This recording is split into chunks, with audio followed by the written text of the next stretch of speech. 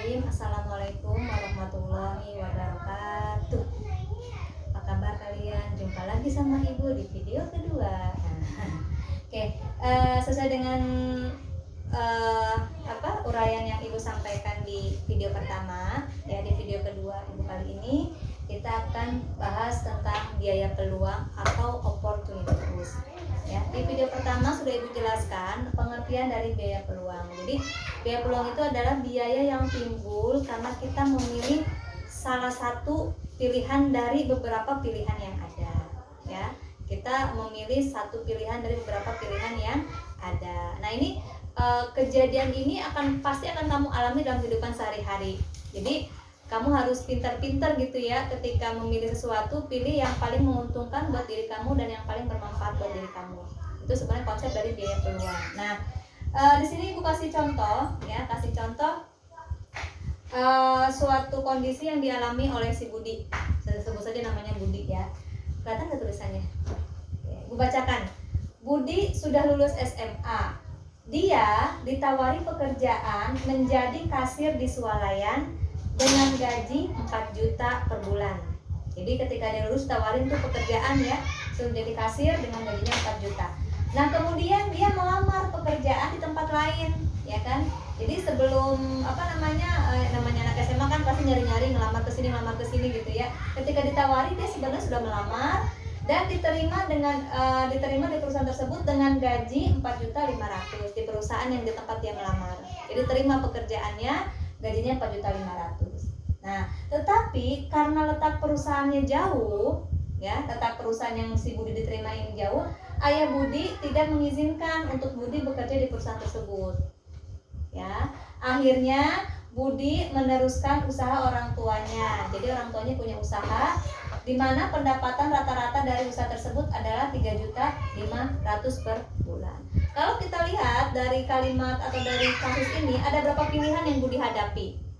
Satu, penawaran pekerjaan, ya kan, dengan tawaran 4 juta.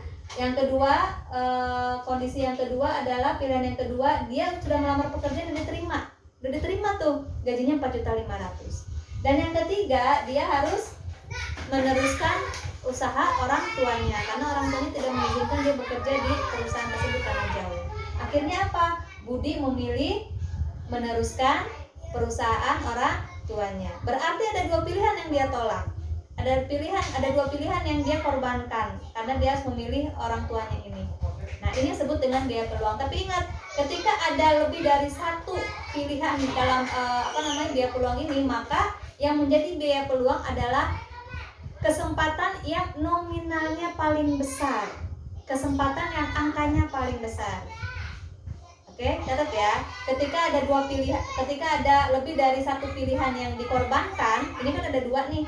Nah, kamu harus pilih mana nominal yang paling besar. Berarti itu yang menjadi pengorbanan kamu gitu. Kamu ngerasa nyesek kalau pastinya kan gitu, nyesek nih gue nggak di gara-gara ini gue nggak di gara-gara milih orang tua gue nggak dapet gaji sekian. Itu kan kamu merasa nyesek karena nominal lebih besar.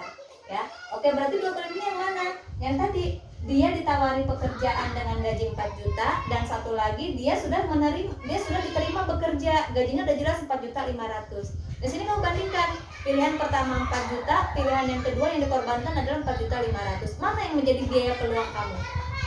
Mana Kak? Mana? 4.500.000. Nah, yang menjadi biaya peluang adalah yang nominalnya 4.500.000. Bisa dipahami sampai sini? Oke ya. Itu kalau misalnya ada dua pilihan yang dikorbankan. Bu, kalau misalnya pilihannya cuma dua nih. Si ditawari pekerjaan yang 4 juta dengan yang dia akhirnya meneruskan punya orang tuanya. Berapa biaya peluangnya? Ya 4 juta. Sisanya aja 4 juta. Tapi kalau ada lebih dari satu, ya, kesempatan yang kamu buang, kesempatan yang tidak kamu ambil, maka pilih kesempatan yang nominalnya paling besar. Disebut dengan biaya peluang. Bisa dipahami kan?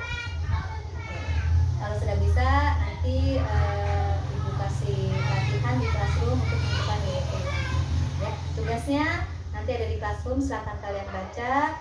Semoga bisa dipahami materinya. Minggu depan, insya Allah kita ulangan. Ya, kita ulangan dari bab 1 sampai biaya peluang.